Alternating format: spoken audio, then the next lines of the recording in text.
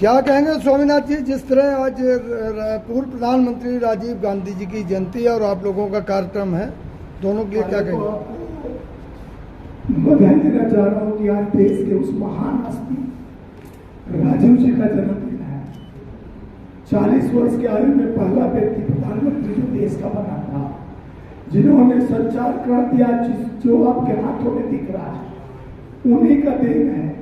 पंचायती राज से लेकर और जिस तरह से 18 साल के युवाओं को वोट देने का अधिकार, ये राजीव जी का त्याग का असर था कि देश 21वीं सदी की सीढ़ी पर चढ़ चुका था और 21वीं सीढ़ी की सीढ़ी पर चढ़ते ही अब लगा तो देश के में कि ये तो कभी देश के लिए ऐसा सपना देखने वाला कोई हमेशा जात पात धर्म की बात होती है, ये तो ऐसा नायक है सिर्फ देश के लिए सोच रहा है। वो थे हमारे राजीव गांधी जी, जो स्वप्न हमें दिखा के गए, देश की उन्नति और प्रगति और विकास का जो रेखा उन्होंने खींचा।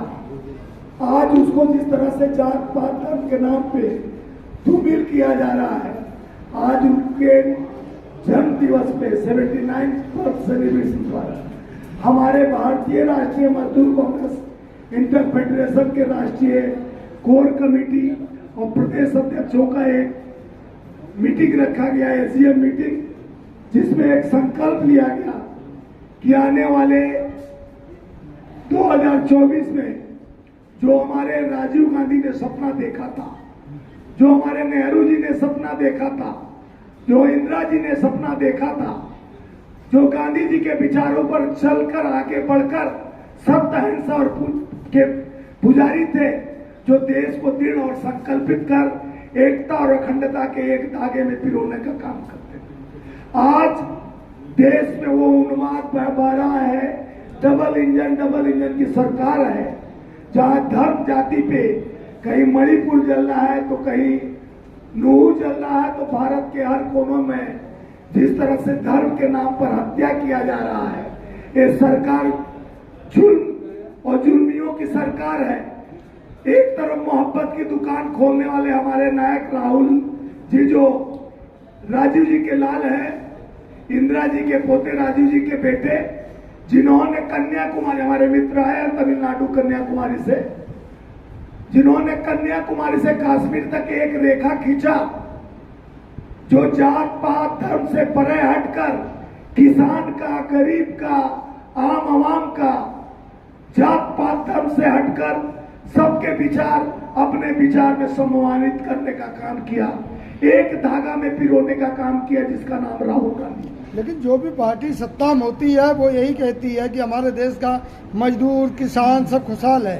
ये बताइए, जिस देश में मेक इन इंडिया का बब्बर शेर लगाया गया हर चौक चौमानी पर, और माननीय प्रधानमंत्री जी मेक इन इंडिया के नाम पर देश में बब्बर शेर तो लगा दिए, लेकिन स्किल इन इंडिया, चाहे मजदूरों के लिए कोई विकास की रीढ़ का हड्डी जो तैयार करने वाले हैं देश का, जो बड़े बिल्डिंग से लेके कल कारखाने, फैक्ट्रियां, तो हम मजदूर के नेता है, मजदूरों का चर्चा तो होना लाजमी है। मजदूरों को 44 से 4 कोड कानून में बदल दिया गया, जो 8 घंटा सेवा करता था, 8 घंटा की मजदूरी मिलती थी, अब 12 घंटा करके वही मजदूरी दिया जाएगा। ये पूंजीपतियों को बढ़ावा इस सरकार में बनाया गया। और जिस तरह से देश के प्रधानमंत्री जी बोलते हैं कि हम गरीबों की बात करते हैं, हम गरीबों के लिए कर रहे हैं, हम गरीबों को लाइन में लगवा दिए हैं। 140 करोड़ देश का जनता, जिसमें 81 करोड़ वो खुद ही कहते हैं कि 500 का राशन मैं फ्री देता हूं, आपको काम करने की जरूरत नहीं है। तो काम नहीं होगा तो भारत विश्व गुरु कैसे बनेगा? कल कारखाने, फैक्ट्रियां नहीं लगेंगे, यहाँ का उर्वरक, यहाँ का उत्थान करने का संसाधन, जिस तरह से छत्तीसगढ़, मध्य प्रदेश, राजस्थान आने वाले चुनाव में जिस तरह से धर्म जाति का एक रेखा खींचा जा रहा है, तो मैं प्रधानमंत्री जी से आपके माध्यम से मजदूर के इस अपने व्यवस्था को लेकर जवाब जानना चाहता हूं कि देश मजदूरों का है। 80% आबादी गांव में बसती है, जहां किसान रहता है, मजदूर रहता है, रोज कमाता है, रोज खाता आता है उनके पेट पे वार किया जा रहा है। ग्रामीण विकास मंत्रालय का सारा पैसा को मोदी जी अपना चेहरा दिखाने में खर्चा कर देते हैं। सवाल ये है जायसवाल जी कि इतने संगठन, तमाम संगठन मजदूरों के लिए काम कर रहे हैं, आप भी कर रहे हैं, लेकिन उनकी समस्या जस की तस वही है। देखिए, बाकी मजदूरों का कंसेंट बनाकर भाजपा के तुकबंदी में काम कर रही है। आप लोग तो हमसे रोज सवाल करते हैं, आपको जवाब देता हूं और आपके हर पहलू पे, हर कदम पे मिलता हूं मजदूरों का आवाज उठाते हुए। तो हम मजदूरों का काम करते हैं, उसमें विश्वास करते हैं। हम बड़ी बात नहीं करते हैं भाइयों बहनों मित्रों, ये दे दिया वो दे दिया। हम जो कर दिया वो कह दिया, जो मैं करता हूं वो कहता हूं। क्योंकि हम न्याय के लिए कई बार प्रधानमंत्री, श्रम मंत्रालय, चाहे कोरोना काल में 47 लोग मर गए, उनके लिए मैं सरकार पर नगद राशि उन लोगों को, घर में गरीबों को व्यवस्था देने के लिए, जो असंगठित संगठित कामगार 2020 में पद से पैदल चलकर कोई ट्रेन के नीचे मर गया, बच्चे सूटकेस में लाशे, वो छाले पड़े हुए, वो दर्द आपको दिखा होगा। इन निर्दयी सरकार को तो कोई दर्द नहीं दिखती है।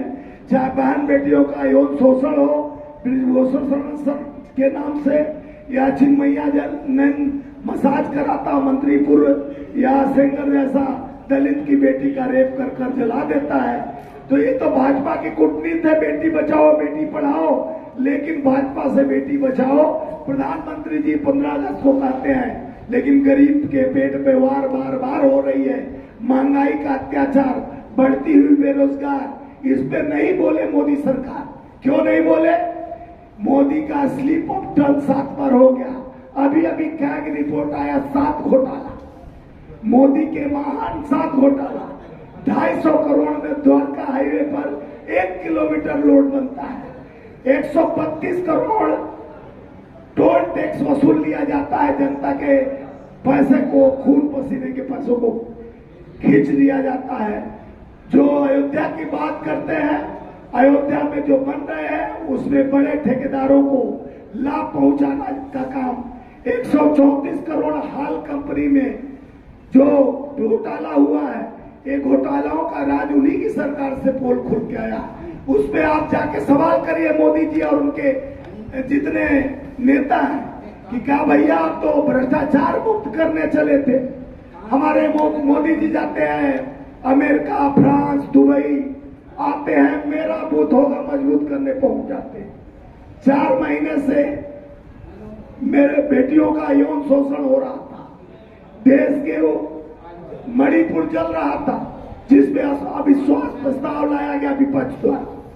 2 घंटा 15 मिनट के भाषण में 1 घंटा 40 मिनट पर प्रधानमंत्री जी एक ही नाप अलापते रहे, नेहरू, इंदिरा, राजीव और कांग्रेस का स्थापना। देश और इतिहास जानता है कि कांग्रेस ने देश के लिए क्या किया।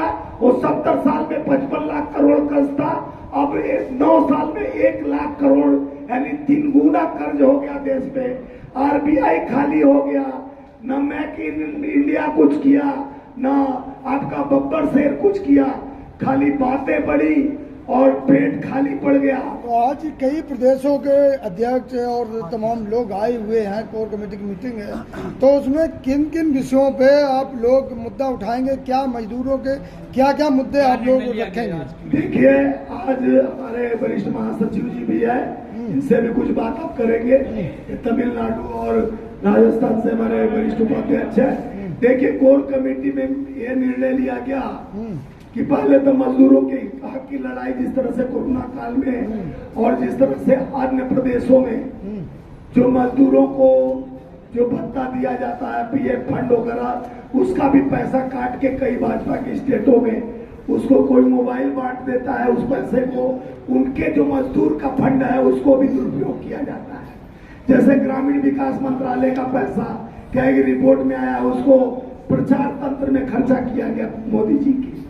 तो उसी तरह 2024 में एक निर्णय लेकर हमारे 3.5 करोड़ मेंबर जो है यूनियन के लोग जुड़े हैं देश भर के भारतीय राष्ट्रीय मजदूर कांग्रेस इंटरफेडरेशन से, उनको कांग्रेस के पक्ष में लाना, उनको अधिकार दिलाना, उनके लिए नवनिर्माण व्यवस्था करना, सुनिश्चित करने का हम मल्लिकार्जुन खड़गे जी के पास प्रस्ताव लेकर जाएंगे, राष्ट्रीय अध्यक्ष कांग्रेस राहुल जी जो पूर्व अध्यक्ष है उनके पास जाएंगे, कांग्रेस कार्य समिति के पास जाएंगे कि मजदूरों का हाथ कांग्रेस के साथ जब रहेगा, जब आप मजदूरों की बात करेंगे तो हम आपके साथ साथ हैं। मजदूर एकता और अखंडता के साथ है। देश में जितने विघ्न संतियां काम कर रही हैं, जो इधर उधर की बात न कर, बता तेरी कारवां कहां लुटी। देश के जिस उम्मीदों का भारत का सपना था उसको चकनाचूर किया जा रहा है। कश्मीर और उत्तराखंड के मजदूरों की बहुत बड़ी समस्या है, उनका कोई हल नहीं निकल रहा कई सालों से, उनके लिए आप लोग क्या करेंगे? देखिए, कश्मीर में 370 धारा बोले हटा दिया, अमन चैन है, पत्थर मारने वाला भी कम हो गए। तो इतना अमन चैन है तो क्यों नहीं चुनाव करा के लोकतंत्र को बहाल करते हो भाई? अमन चैन है, शांति का अपील कहते हो, शांत हो गया तो, लेकिन लोकतंत्र का चौथा स्तंभ तैयार नहीं कर रहे हो। राष्ट्रपति शासन में चल रहा है, 3 खंड में उसको माने। ये हमारे डबल इंजन को फेल हो चुका है। देश के ग्रामीण व्यवस्था भी चकनाचूर। मजदूर क्यों पलायन करता है किसी प्रदेश? सबसे ज्यादा भाजपा प्रदेश से मजदूर दूसरे प्रदेश में जाके काम खोजने के लिए निकलता है। मजदूर को जिस तरह से रेल हादसा हुआ उसमें मजदूरों का बेचारे लोकल टिकट लेके बैठते हैं, उनका कोई 380 लोगों का ताया डाटा, हजारों मजदूर मर गए, उनको कौन करने वाला है? तो वही सब आंकड़ा हम लोग के पास रहता है। हम श्रम मंत्रालय, रोजगार मंत्रालय से निरंतर मांग करते हैं कि हमारे जो श्रमिक का बेटा भी अफसर बन सकता है। आप रेलवे का वैकेंसी आपके सामने देखे भरकर, सारे बेचारे हमारे मजदूर के बेटे आकर हमसे मिले, 350 बच्चे कि हम लोग हर कैटेगरी पास कर गए हैं, लेकिन हमको लेटर ज्वाइनिंग का नहीं दिया जा रहा है। रेल मंत्री के पास जाते हो तो डंडा से पुलिस दौड़ा लेती है मारने के लिए। हम इस देश में अपने अधिकार को भी नहीं पूछ सकते हैं, तो कैसी सरकार है? हमारे कांग्रेस के नेता राहुल गांधी जी पार्लियामेंट में कहे, अहंकार में रावण की सत्ता चली गई, रावण का लंका भस्म हो गया। उसके 2 सलाहकार थे, मेघनाथ और कुंभकर्ण। और माननीय प्रधानमंत्री जी जिस अहंकार में कहते हैं 24 में तो हम ही आएंगे, उस अहंकार के 2 सलाहकार अमित शाह और अडानी, अब उनके रथ की चक्का टूट गई है, अब डबल इंजन भ्रष्ट हो गई है। कैग रिपोर्ट में भी आ गया, देश के जनता आने वाले 23 में इस मजदूरों के साथ, किसानों के साथ कांग्रेस का होगा बात।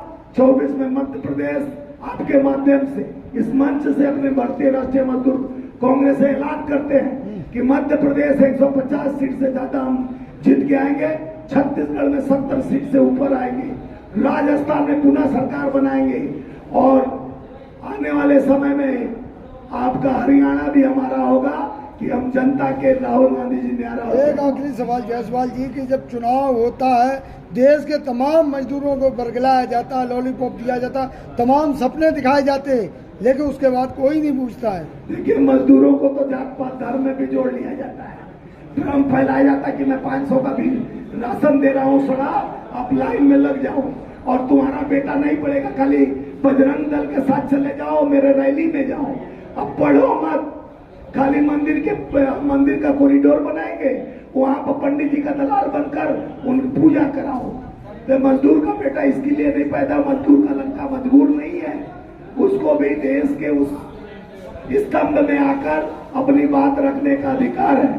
और कुछ मुद्दे पर मेरा गला खराब है तो माननीय वरिष्ठ महासचिव हौसला प्रसाद जी आपसे रूबरू होंगे।